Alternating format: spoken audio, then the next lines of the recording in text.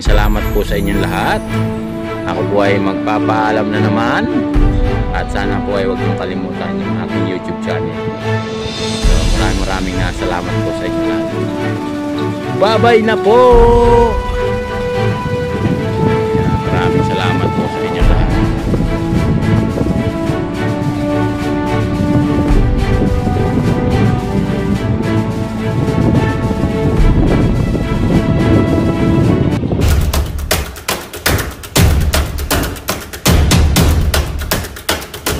Nasusunog doon yung talahiban. Ayan o. Ayan ba, may nagbubuga ng bumbero. Lapit sa office ng Bontay. So ito yung kanilang area. Ayan. Ito tayo dyan sa kanilang area dito guys, para makita nyo. Ano yun, yung nasusunog talahiban. Ayan. Nasusunog. Ganda nung araw. So dito yung kanilang area. Ayan, sa Hyundai project dito Santa Rosa, Laguna. Ito yung South Railway ng kanilang project. So nandito tayo sa gutter nung aming building. So yan yung area nila dito. Ayan o, yung may bakod na yan guys. Bakod lang yung aming pagitan. Ayan, dito hindi pa tapos bubungan, pero yung kabila tapos na. Tapos ng bubungan. Ayan o. Ayan o guys, tapos ng bubungan ito. Hindi pa, ayan o. Ayan, hanggang doon yan guys. Napakaluwang. So maraming salamat sa inyo, no, sa inyong walang sawang suporta sa aking YouTube channel. Ayan, naman sila, nag-assemble ng double gantry crane yung kanilang ina-assemble guys. Ayan, dalawang tatlong boom truck yung tulong-tulong na mag-assemble. Tapos doon naman sa bandaron, ayan, meron silang ina-assemble doon. Hindi natin alam kung ano yan, yung malalaking posting beam. Tatlo yan eh. Yan pa yung isa guys. Yan yung kanilang area dito. Yan yung kanilang activity dito ngayon.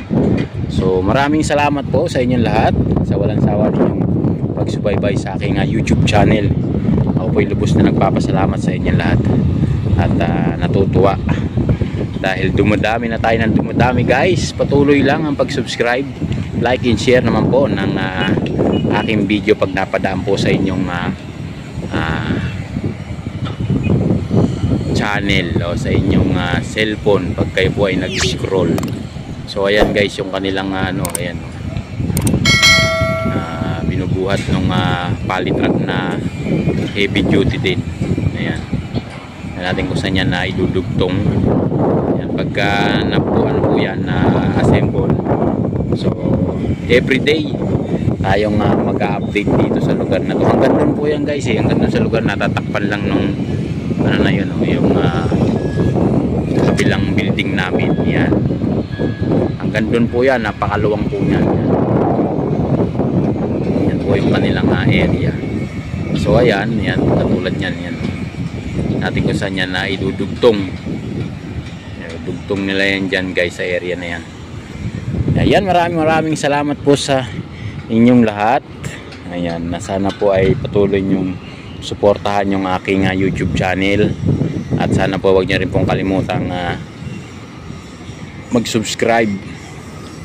At paki-like na rin, share nyo yung ating mga video na inyong mapapanood regarding dito sa ating construction area dito sa may Santa Rosa, Laguna. Ito po ay regarding sa PNR, no, from Calamba to Santa Mesa na po yan kung saan yung mga bahagi ng tren na kukumpunihin nila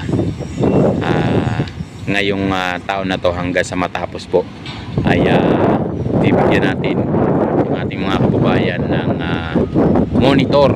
Kumbaga i-monitor natin to guys, everyday natin to na mag-upload dito sa aking channel, kasi ito ay malapit lang po sa amin dito sa aking ginagawang trabaho. So natutuwa po ako kasi at napatapat dito sa may amin. Kaya kung ikaw po ay nasa labas, palakad-lakad dito, saka kung wala kang drone, hindi mo makukunan to ng video kasi nasa gitna ng kabahayan at nasa gitna rin ng mga building. Hindi ka basta-basta makapasok, may mga dadaan ng mga security guard bago makapasok dito sa lugar. Kaya dito sa amin, yan, bakod lang po yung aming pagitan. Ayan, yung bakod na yan, hanggang doon po yan. Ayan, hanggang doon po yan yung kanilang area, hanggang doon sa malapit sa nasusunog na yung guys. So Talahiban yun, nasusunog. Yan po ay kabilang bakod din. Ayan, yung nasusunog niya, binubugahan ng ayan, binubugahan ng bumbero yung ano na yan, sunog. Puro po Talahiban yan kasi nga po sobrang init ngayon at delikado na yung mga patapon-tapon ng mga sigarilyo dyan at tuyong-tuyo na po yung mga dahon ngayon, no? Sobrang init po ngayon dito sa lugar na to, kaya magkamali ka lang ng tapon at hindi mo napatay yung upos ng sigarilyo, pwedeng pagmulan po ng sunog, no? Kaya yung mga naninigarilyo dyan, paalala lang, pag po basta-basta pitikin yung mga sigarilyo nyo hanggat hindi nyo napapatay yung apoy dun sa dulo ng sigarilyo. At haba po yan ay may apoy, patuloy po yung apoy, yung paglaki ng sunog pagka po napatapat sa mga layak o tuyong dahon na mapatatapunan ng inyong mga sigarilyo, magsisimula po yan ng sunog, no? Kawawa naman po yung mga bahay na kalapit kung yan po ay mapapatapunan nyo ng sigarilyo. Katulad nun guys, yun, no, yung nasusunog na yun, yung mga bahay-bahay dun ayun, no, tinan nyo, lumaki na yung apoy dun. Ayun, pinapatay nila kanina pa yan. Ayan, ayan, may apoy dyan na ayan, gumagapang. Ayan po, kung may mga bahay-bahay dyan, kawawa naman po yung masusunog na bahay ng mga kababayan natin. Kaya yun, maraming salamat. Yan, kagaya nga ng sinabi ko sa inyo, everyday na tayong mag-monitor dito guys, para makita nyo yung mga ginagawa nila regarding sa PNR na ginagawa ng kasalukuyan ng ating Pangulo ngayon. At maraming salamat din po sa ating mga pumulong mula kay Duterte, Pangulong Duterte po. Salamat namin dyan. At kung hindi sa kanya, ako, Diyos ko, Mario Joseph, hindi po mangyayari yung mga ganitong project kung presidente pong ay mga katulad ng Dilawan. Hindi po mangyayari yung mga ganitong proyekto, no? At nagpapasalamat po tayo dahil may mga sumunod na presidente na may malasakit at may pagmamahal sa ating bansa. So ayan guys, tingnan nyo mabuti kung gaano sila rito, porsigido. Ayan, no, bakbakan yung kanilang ayan, kagaya niyan, ayan, no, ina-assemble na nila yung double gantry crane dito sa lugar na to guys. Pansin nyo, ayan, talagang puspusan yung kanilang pagtatrabaho para lang po maayos yung ating mga train na gagamitin ng ating mga kababayan ngayon. Ayan guys, ayan, tingnan nyo, ayan, no? Ayan sila, diba? Ayan, yan yung area nito. Napakaluwang po ng area nila dito guys, sobra. Hanggang 20 hectares po ito, hindi lang, no? Yan po ay tansya ko lang, no? Pero mas malaki pa kasi hanggang doon po yan. Ayun, kita nyo doon, zoom lang natin konti. Ayan, malapit na po ng SM yun, sa dulo na yun, doon po na, maluwang na po yan. Sobrang luwang yan guys, hanggang doon pa po yan. Meron pa po yan dyan sa likod ng building namin. Ayan, hanggang doon pa po yan sa may dulo. Ayan guys, kaya ako po'y lubos na nagpapasalamat sa inyong lahat sa walang sawa ninyong pagsubaybay sa atin. Sana maapula na yung apoy doon. Ayun yung sunog, dalawa na po yung bumbero doon na nagpapatay ng apoy. So yun yung mga workers. Ayan, bago siguro yan po ay mga panggabi or pang hour, pang out na sila kasi halos sa pasado alas 5 na po. So ayan sila, hanggang doon meron na silang silo rin. Ayan, napakalaki po nung silo nila dyan na ginagawa, no? Yan po ay mixing ng simento para hindi na po lalayo. Tapos dito meron naman silang hinuhukay. Hindi natin alam kung ano yung hinuhukay nila yan. Ayan guys, so may mga hinuhukay na naman kung ano naman po yung ilalagay nila dyan. Ayan, maraming salamat po sa inyong lahat. Ako po ay magpapaalam na naman. At sana po ay huwag niyong kalimutan yung aking YouTube channel. So maraming salamat po sa inyong lahat.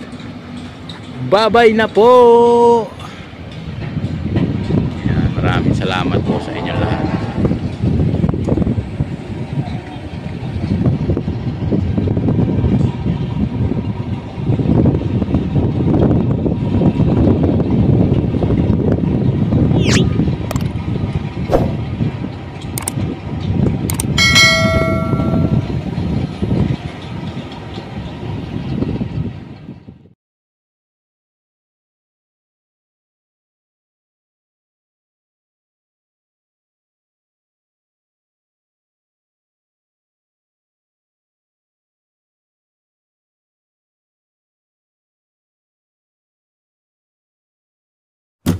Really